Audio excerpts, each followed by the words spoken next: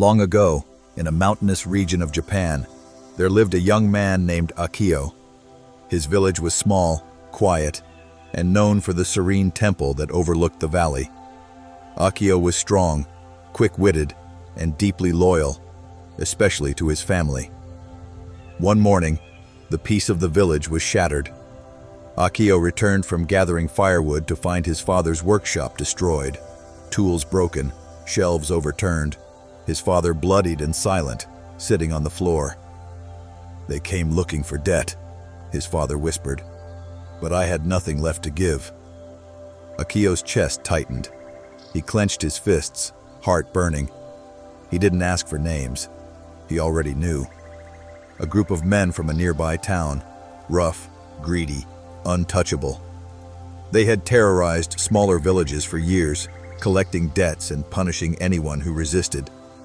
He had heard stories, but now it was personal. For days, Akio said nothing. He repaired what he could, tended to his father's wounds, but behind his eyes, the storm grew. Every quiet moment became fuel. Every cut on his father's skin became a reminder. "I'll find them," he told himself. "They'll pay for what they did." One evening, as the sun dipped behind the mountains, Akio packed a small bag and prepared to leave the village. His mother stopped him at the gate. "Where are you going?" she asked, though she already knew. "North," Akio replied. "They won't get away with this."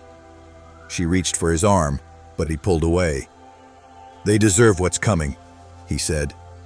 But before he could take another step, an old voice spoke from behind him. "If you leave with that fire in your heart," it said, "you'll return with ashes in your hands."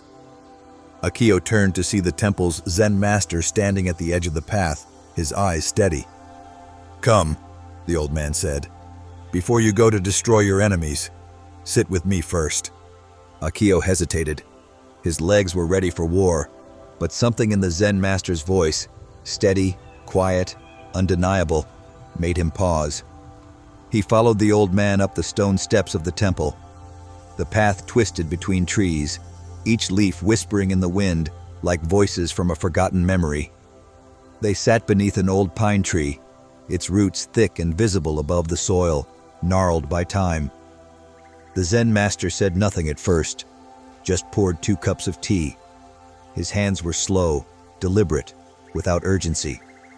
Akio waited, restless. Finally, the master spoke. "Tell me," he said, "when you imagine your revenge, what does it look like?" Akio's jaw tightened. "I see them begging. I see them suffering. I see them powerless." The master nodded. "And then?" Akio blinked. "Then, I go home." The master took a sip of tea. "But which part of you comes home?" Akio didn't respond. The question slid under his skin. The old man continued. "There are 2 wolves in every man, one made of rage, the other of restraint. Whichever one you feed grows stronger. Right now, your rage is hungry." Akio looked away, irritated. "So I should do nothing? Let them walk free?" The master shook his head slowly. "No, but before you act, you must know what you're truly seeking. Is it justice or control? Is it peace or punishment?" Akio looked down at his cup, untouched. "What's the difference?" he asked. The master leaned back and closed his eyes. "Justice restores. Revenge consumes." The wind picked up slightly, stirring the branches above them. Akio wanted to argue, but deep inside, something about those words felt true and troubling. He hadn't come for wisdom, but now that he'd heard it, he couldn't unhear it. The night grew darker, and lanterns lit the corners of the temple with a soft, golden glow. The village below faded into silence. Akio sat still, but his thoughts weren't. His fists stayed clenched in his lap. "They humiliated him," he said at last.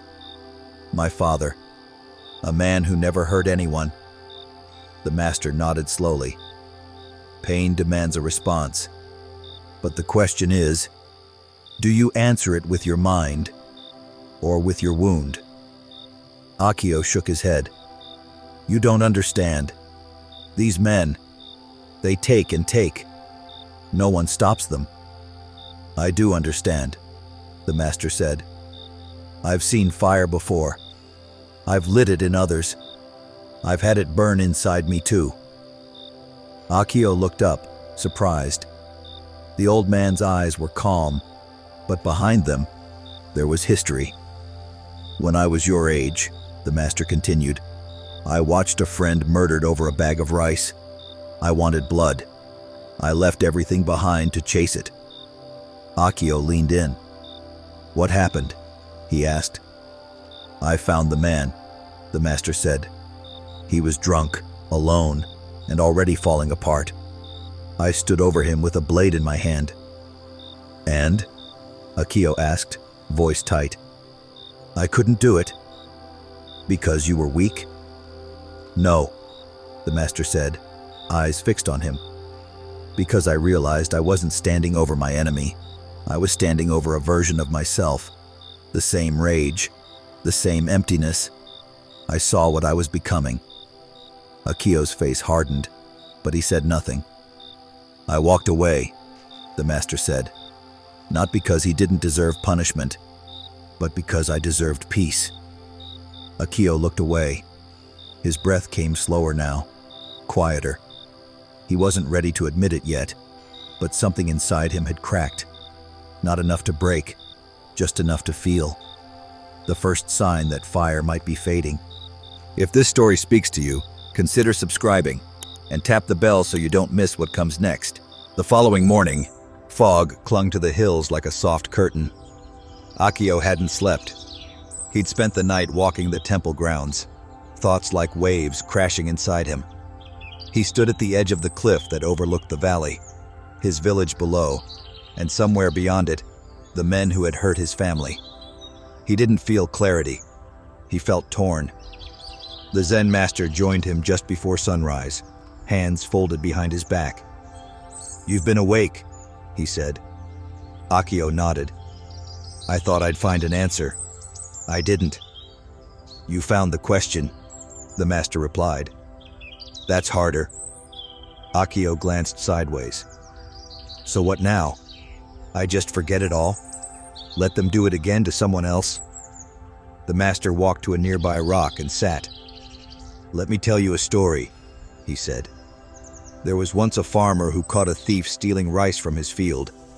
Instead of punishing him, he gave him work. Over time, that thief became one of the farmer's most trusted men. Akio raised an eyebrow. That's a rare thief. No, the master said. That was a rare farmer. He looked at Akio. Most people react to harm with more harm. Few can break that chain. Fewer still can transform it. Akio spoke slowly. I don't want to forgive them. I just don't want this to eat me alive. The master smiled faintly. Then you already understand. Revenge doesn't empty your pain. It trades it for something darker. A long pause passed between them. Akio watched the mist thin over the valley. I feel like I'm standing at a fork in the road, he said. You are, the master replied. And one path leads to a version of you you'll never come back from. Later that day, Akio walked alone through the forest trail beyond the temple. His sword still hung at his side. He had brought it out of habit, not conviction. Each step forward echoed with a question. What will facing them really give me? He reached a stream, its water running fast over smooth stones. He knelt beside it, splashing his face. In the reflection, he didn't see anger anymore. He saw weight. Old, quiet weight. Behind him, the Zen master had followed, silent as wind. You brought the sword, he said. Akio looked down at it. I told myself I'd carry it just in case. Revenge is always waiting, just in case, the master said. That's how it survives. Quiet, patient, dressed as justice. Akio stood, wiping his face. Then what does real power look like? The master stepped forward, pointing to the stream. Do you see how it flows around the rocks instead of breaking them? Akio nodded. It doesn't fight what's in its way. It moves with intention, quietly, relentlessly. And over time, it changes the shape of even the hardest stone. Akio stared at the stream. Its strength didn't shout. It whispered. And still, it carved through earth and time. All my life, he said, I thought strength was force, striking first, hitting harder. The master looked at him with steady eyes. Anyone can strike. Only the truly powerful can choose not to. For the first time since the attack, Akio placed his hand on the sword and slowly set it down by the stream, not as a gesture of weakness, but as a statement of who he refused to become. He didn't need to forget what happened. He only needed to stop letting it shape who he was becoming. If this story speaks to you, consider subscribing and tap the bell so you don't miss what comes next. Weeks passed. Akio stayed in the village, but something in him had changed. He still trained, still carved wood in the evenings like his father once did. But now, he walked lighter. He no longer rehearsed revenge in his mind. Instead, he learned to sit with the discomfort, to breathe through the anger, to use his strength not to destroy, but to protect. The villagers noticed, not because he talked more, but because when he listened, he heard. When he moved, it was with purpose, not pressure. One evening, the Zen master joined him as the sun dipped below the ridgeline. You chose a harder path, he said. Akio nodded. But I didn't come out of it empty. The master smiled. You came out of it whole. Akio looked out over the valley, where his enemies still lived. Men who never apologized, who never changed. And yet, the fire inside him no longer burned for them. It still hurts sometimes, he admitted. It will, the master replied.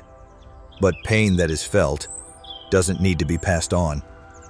Akio picked up a chisel, carving a new figure into wood. It wasn't a sword. It wasn't a warrior. It was a river. Calm, bending around stone. Strong, because it didn't break what stood in its way. What would you do if you were in Akio's place?